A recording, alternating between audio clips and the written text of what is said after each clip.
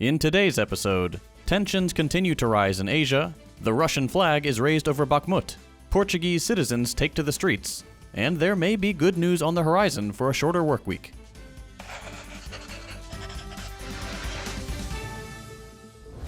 Thousands have taken to the streets of Lisbon and other cities across Portugal this weekend to protest skyrocketing rents and house prices. This comes as inflation in the country hits a staggering 8.2%, making it even more difficult for people to make ends meet.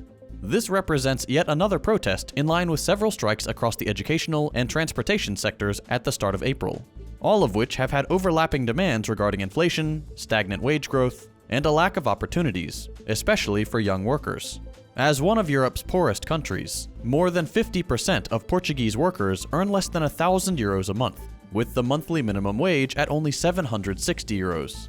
Meanwhile, rents in Lisbon have jumped 65% since 2015, and sale prices have soared 137% in that period. According to a new report, rents increased by 37% last year alone, surpassing the price growth of cities like Barcelona and Paris. Notably, speculation on rental assets for the purpose of tourism has played a big role in these trends. Like in the United States, a person making a minimum wage in Lisbon cannot afford the rent for a one-bedroom apartment, which currently hovers around €1,350. To combat this, the government has proposed a housing package that would end the granting of new licenses for Airbnb properties and abolish the Golden Visa scheme, through which buying property or investments worth $300,000 or more within Portugal guarantees a residence permit and the possibility of becoming a citizen to foreigners. As a result of short-term profit-seeking, market mechanisms have incentivized further privatization of Portuguese housing stock, particularly within big cities, resulting in prices that are more in line with the means of expats and tourists, prices that are out of reach for the average Portuguese person. In Asia, Chinese PLA forces close to the island of Taiwan have continued holding intensive maritime and air exercises prior to Taiwan's planned meeting with U.S. House Speaker Kevin McCarthy later this week, a move seen as a blunt provocation by the Chinese government. Returning to Europe, Finland's main right-wing party, the NCP, has claimed victory in a tightly fought parliamentary election today, followed by another right-wing party, with the popular Social Democrats ending up in third place. Continuing with election news, we move to the Balkans, where, in Montenegro, 3 decades of rule by Milo Đukanović have come to an end. Jakov Milatović, the former economy minister, has just defeated the long-standing incumbent in the presidential runoff election. This is seen as a continuation of a pro-EU stance by the country, but one not bent on cutting ties with the East.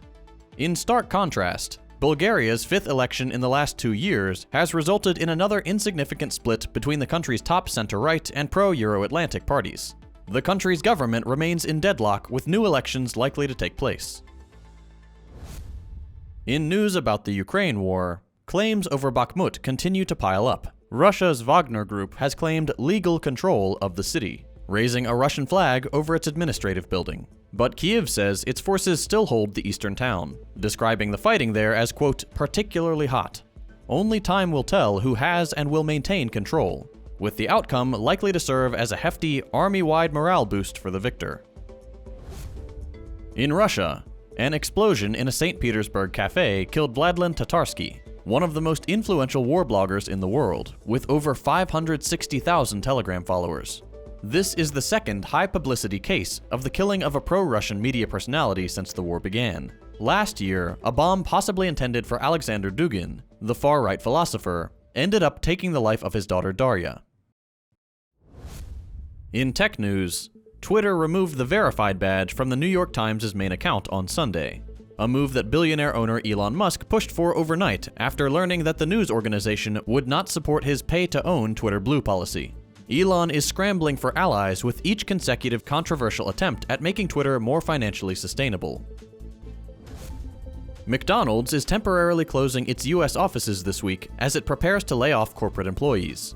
These job cuts are a direct consequence of the company offloading inflation-associated costs to its workers, in a continuation of trends we've seen at Amazon, Facebook, and Google. In positive news, the 4-day workweek has silenced critics, as the results of the world's largest trial suggest it's a win-win for employees and bosses. Workers who adopted a shorter workweek with no loss of pay were found to be happier, more productive, took fewer sick days, and generated more revenue for their employers. This result could increase the likelihood of a widespread adoption of the 4-day workweek. That's all for today. We'll be back day after tomorrow with more news. If you missed it, be sure to check out our last episode by following the link on your screen. As always, you can support the show and get the news in text form a few hours early by becoming a patron at patreon.com/firstthought.